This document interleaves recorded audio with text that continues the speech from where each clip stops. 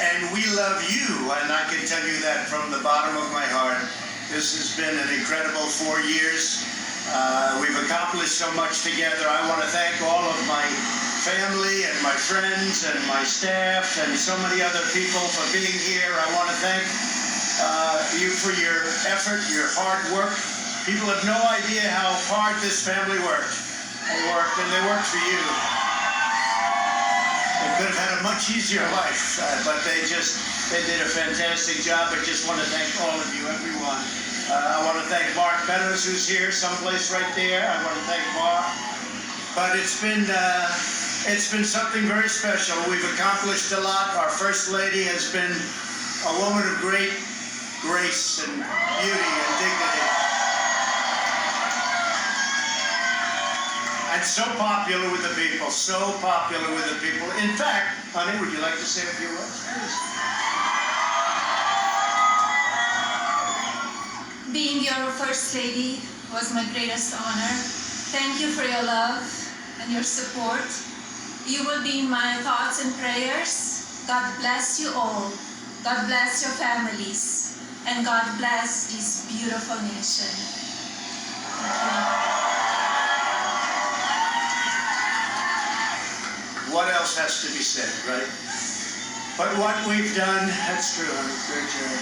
What we've done has been amazing by any standard.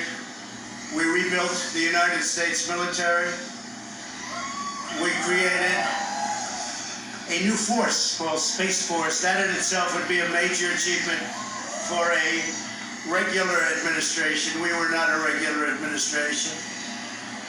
We took care of the vets, 91% approval rating. They've never had that before. The vets have given us, the VA, the vets have given us an approval rating like has never been before. We took care of our vets and our beautiful vets. They were very badly treated before we came along. And as you know, we get them great service and we pick up the bill and they can go out and they can see a doctor if they have to wait long periods of time. We got it so that we can sadly get rid of people that don't treat our vets properly. We didn't have any of those rights before when I came on, so our vets are happy, our people are happy, our military is thrilled. We also got tax cuts, the largest tax cut and reform in the history of our country by far. I hope they don't raise your taxes, but if they do, I told you so. And if you look at the regulations, which I consider the regulation cuts to be maybe even more important, that's why we have such good and have had such good job numbers. The job numbers have been absolutely incredible. When we started, had we not been hit by the pandemic, we would have had numbers that would never have been seen. Already our numbers are the best ever. If you look at what happened until February a year ago, our numbers were at a level that nobody had ever seen before. And even now, we really built it twice. We got hit, nobody blames us for that. The whole world got hit, and then we built it again. And now the stock market is actually substantially higher than it was at its higher point prior to the pandemic. So it's really, you could say we built it twice. And you're going to see incredible numbers start coming in if everything is sort of left alone. Be careful. Very complex. Be careful. But you're going to see some incredible things happening. And remember us when you see these things happening, if you would. Remember us, because I'm looking at elements of our economy that are set to be a rocket ship up. It's a rocket ship up. We have the greatest country in the world. We have the greatest economy in the world. And as bad as the pandemic was, we were hit so hard, just like the entire world was hit so hard. Places that thought they got away with it didn't get away with it. They're suffering right now. We did something that is really considered a medical miracle. They're calling it a miracle, and that was the vaccine. We got the vaccine developed in 9 months instead of 9 years or 5 years or 10 years or a long time. It was supposed to take a long time, many, many years to develop a vaccine. We have 2 out. We have another one coming almost immediately, and it really is a great achievement. So you should start to see really good numbers over the next few months. I think you're going to see those numbers really skyrocket downward. And I can only say this, we have worked hard. We've left it all, as the athletes would say, we've left it all in the field. We don't have to come and say, we'll never say in a month when we're sitting in Florida, we're not going to be looking at each other and saying, you know, if we only worked a little bit harder, you can't work harder. And we had a lot of obstacles, and we went through the obstacles, and we just got 75 million votes, and that's a record in the history of sitting presidents. That's an all-time record by a lot, by many millions. In the history of sitting presidents, it's been really just an honor. One of the things we're very, very proud of is the selection of almost 300 federal judges and 3 great Supreme Court justices.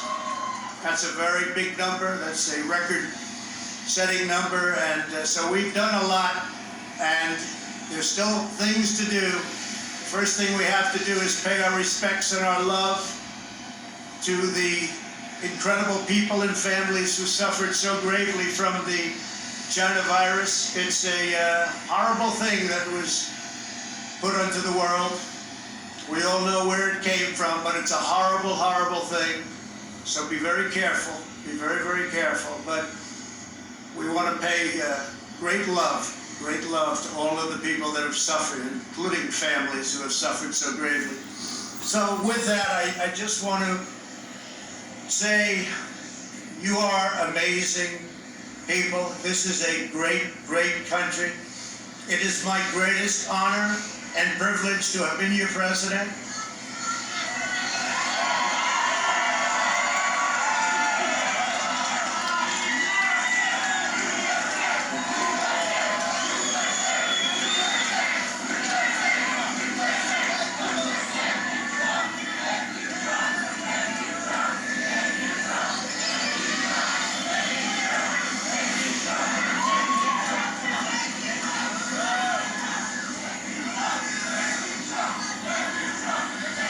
They chanting, "Thank you, Trump."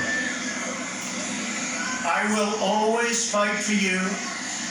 I will be watching, I will be listening, and I will tell you that the future of this country has never been better. I wish the new administration great luck and great success.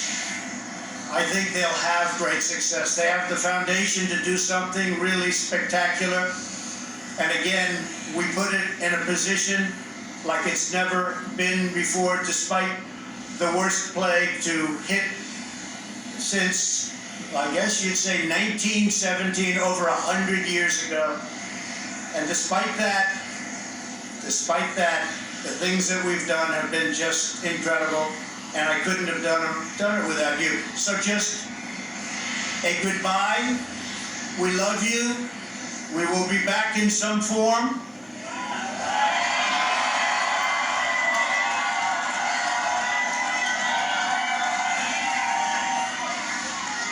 And again, I want to just, in leaving, I want to thank our Vice President, Mike Pence, and Karen. I want to thank Congress, because we really worked well with Congress, at least certain elements of Congress. But we really did. We've gotten so much done that nobody thought would be possible. But I do want to thank Congress. And I want to thank all of the great people of Washington, D.C., all of the people that we worked with to put this miracle together. So, have a good life. We will see you soon. Thank you. Thank you very much. Thank you very much. President Trump and his final remarks to the nation, to some supporters who were gathered at Joint Base Andrews, saying, have a nice life, and he will be back in some form. He did wish success to the new administration. That is the first time we've heard words like that. He went through the accomplishments of his administration. He did thank Vice President Mike Pence. We were given remarks that the president was supposed to read a speech. One of his staffers actually sent these to me, but none of them really got red today as we turned to Chuck. I mean, Chuck, President Trump throwing out the script just like he came in. He's leaving in the exact same way. You know, though, for him, that was, I don't know what I would call it, subdued, I guess is probably not quite the right word, and I wouldn't use melancholy, but there was sort of an odd acceptance to the moment that we heard from him in a way that we hadn't for the last 2 months. But I'm just sorry, I'm YMCA? I mean, really? I'm sorry, I'm just sort of struck by as Kelly, I thought, really put it well. The music doesn't match the solemnity of the moment. It's probably the understatement that has been said on our air. But I will say this, I think the most fascinating theme of his remarks was he essentially wants to say, I have a feeling the economy is going to get better, I have a feeling vaccines are coming, and I want the credit. You know, and so we probably did get a preview of when we hear from the soon-to-be former president in the next 6 months, if there are good things that are happening under President Biden's watch, he is going to want to take a lot of credit, and obviously anything bad, I'm sure he will try to say that he had nothing to do with that. But in that sense, it was almost sort of a normal way for a president to leave, trying to say, hey, I've handed you something that you should be able to build on. So I go through this entire morning and wonder, imagine if President Trump acted with some humility for the last 2 months, what this moment, what all of these moments might have looked like today. Yeah, you talk about the music, Chuck, and that's something that we've been talking about. But it is true, he did say he'd be back, and you did mention that these are songs that he plays at his campaign rallies. So, you know, this may be just his way of getting started again. He also said he'd be watching and listening. Yes. That we can be sure of. But Hallie, he'll be watching and listening without his megaphone that propelled him to office, at least in his own estimation. Twitter, Facebook, Instagram, social media. So a lot of people have wondered whether the president would get into the media business, whether he has plans to have his message heard in some new form. And that's been some of the speculation. Does a president who has used the force of specifically conservative media to amplify his message create his own kind of platform? That's also, Savannah, really expensive. That's a big financial ask. And so there are some questions, I think, from folks that I've talked to in our reporting on whether that could actually happen. But it is something in the air as President Trump claps along to the sounds of the YMCA there and gets ready to make his last wave before boarding what is still Air Force One now for the last time as president. He'll step off, of course, in Palm Beach down at his Mar-a-Lago estate. You referenced, both you and Hoda, how the president previewed he's going to be back, or he hopes to be back. But I'm struck when we look at that shot of the president's family members. There are multiple people there with the last name Trump who may end up on the political stage ahead of 2024. There has been speculation about, for example, the political futures and ambitions of Ivanka Trump, a senior advisor in the White House, of Donald Trump Jr., the president's son, who has been a surrogate over the last couple of years for his father and who has built his own following in the conservative base. Laura Trump as well, Eric Trump's wife, and the Trump. Go ahead, Savannah. I'm sorry. Hallie, let's just jump in on you. Sorry, because I want to make note of the split screen now.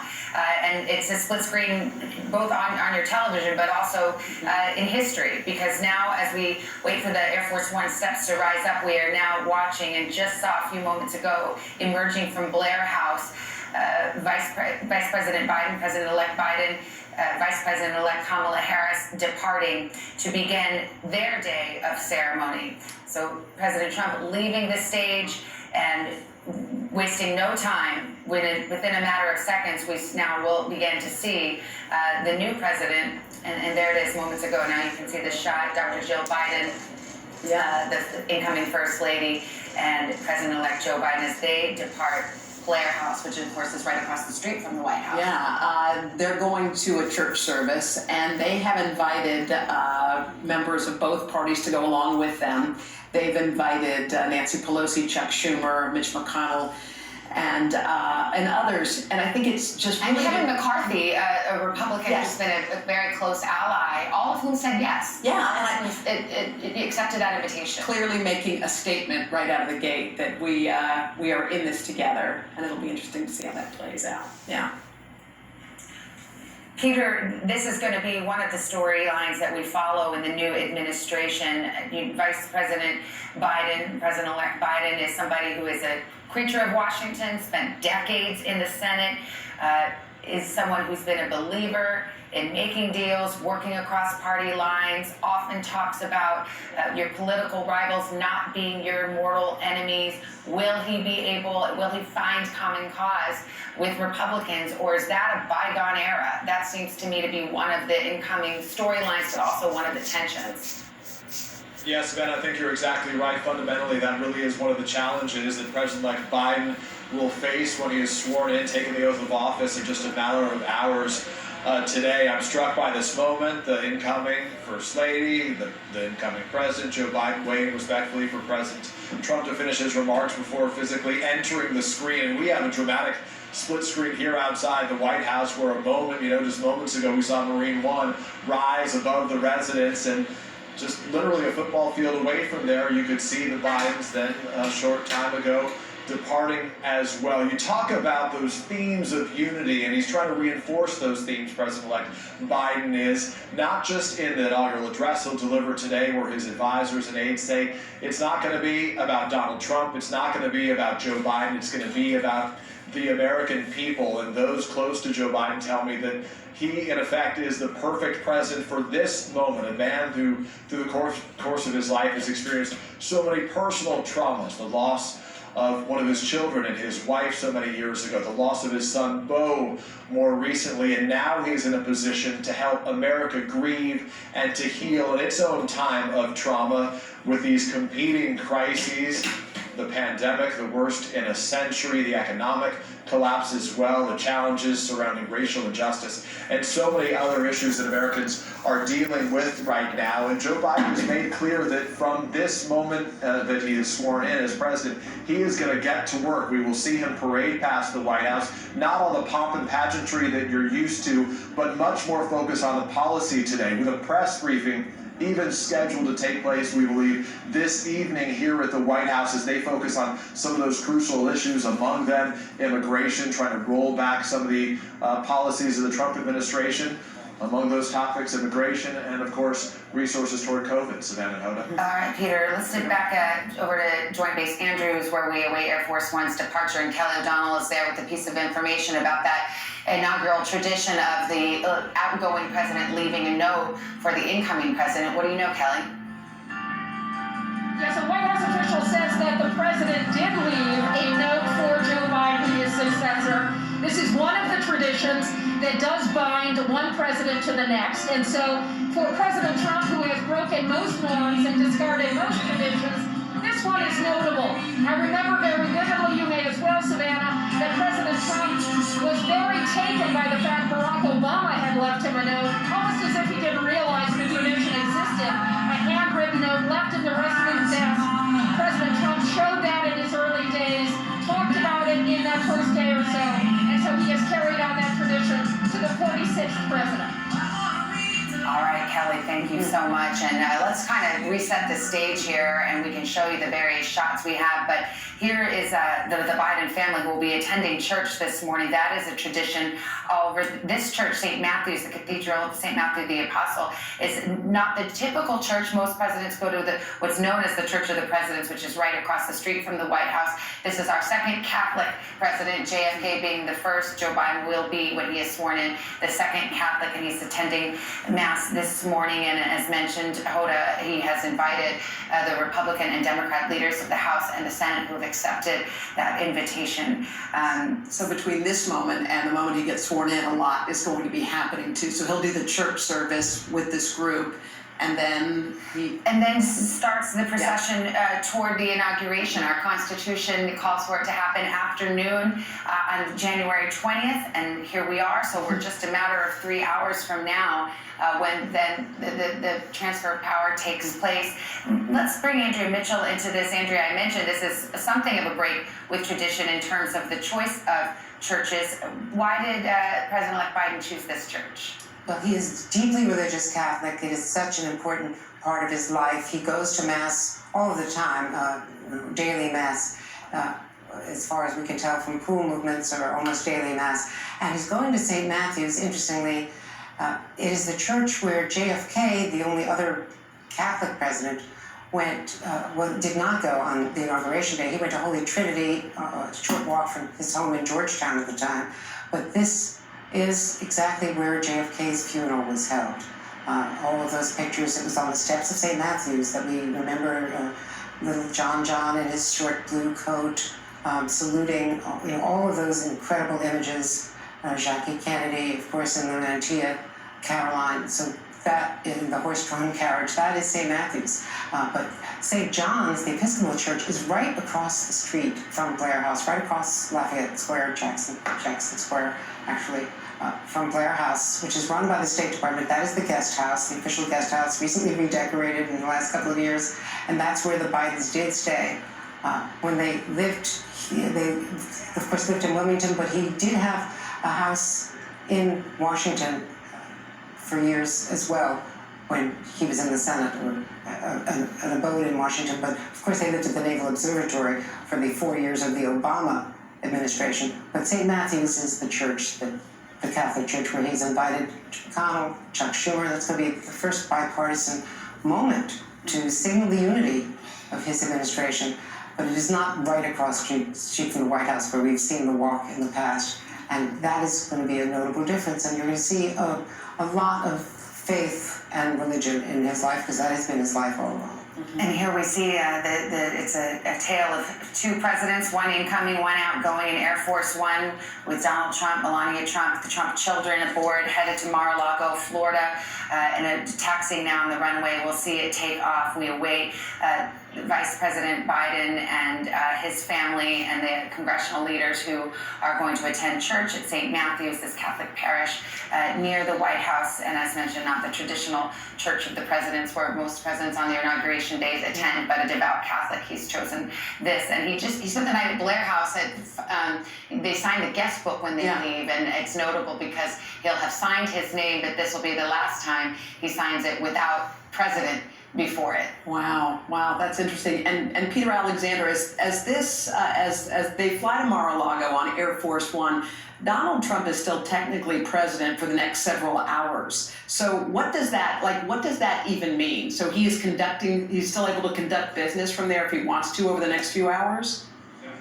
Well, that's exactly right. He still has the trappings of the presidency. Of course, aboard Air Force One, it loses that name, obviously, after his term expires right now. But for the course of the next several hours until the oath of office is taken by Joe Biden today, President Trump remains the president. That's why they refer to this as a peaceful transfer of power, and why it's such a crucial process, obviously, when national security officials say that America is at its most vulnerable, why it's so critical that this communication, that this cooperation exists between the outgoing president and his administration and the incoming president and his administration as well. And as we prepare to watch President Trump take off for the last time aboard Air Force One, just a little bit more than 2 hours, with press, as there would be, the travel pool, as we describe it, in the back of the plane with him in case he were to come back, and to greet the reporters that he sparred with, of course, on and off over the course of the last several years. But when he arrives there, and when the time ticks away in his term, he does lose that massive megaphone, not having the bullhorn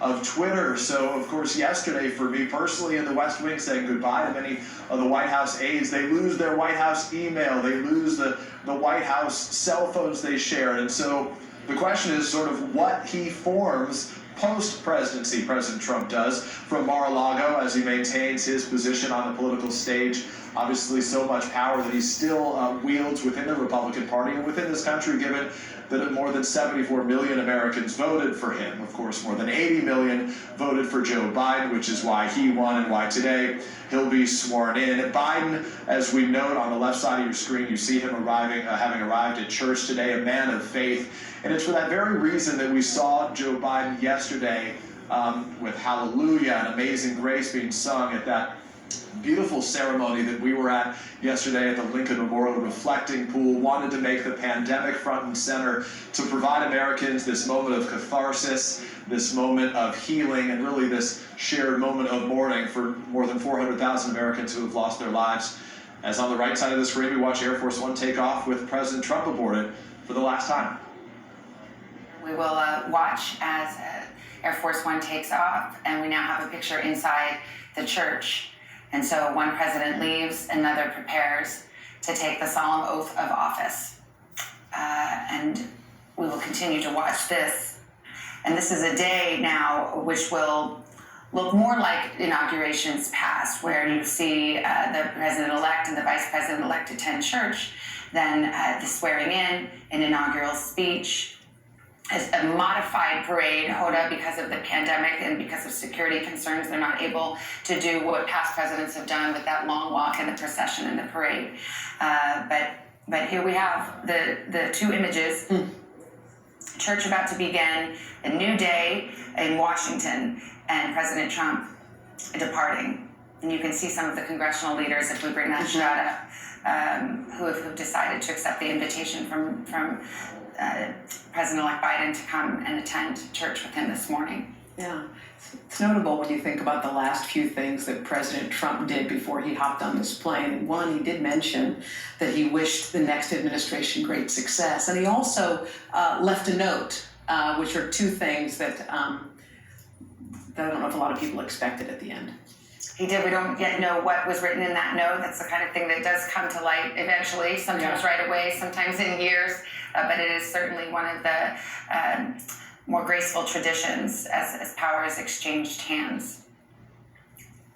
And we will continue to watch this scene as I bring Kristen Walker into this conversation. And Kristen, excuse me, I've got Hallie with us right now. Hallie, we look at the Capitol and are getting ready for this series of events that will mark the transfer of power and the new administration. And it's worth noting that 2 weeks ago, almost at this very hour, that scene that we just saw was filled with people, and among them, insurrectionists who came in and broke into the Capitol, and that has changed.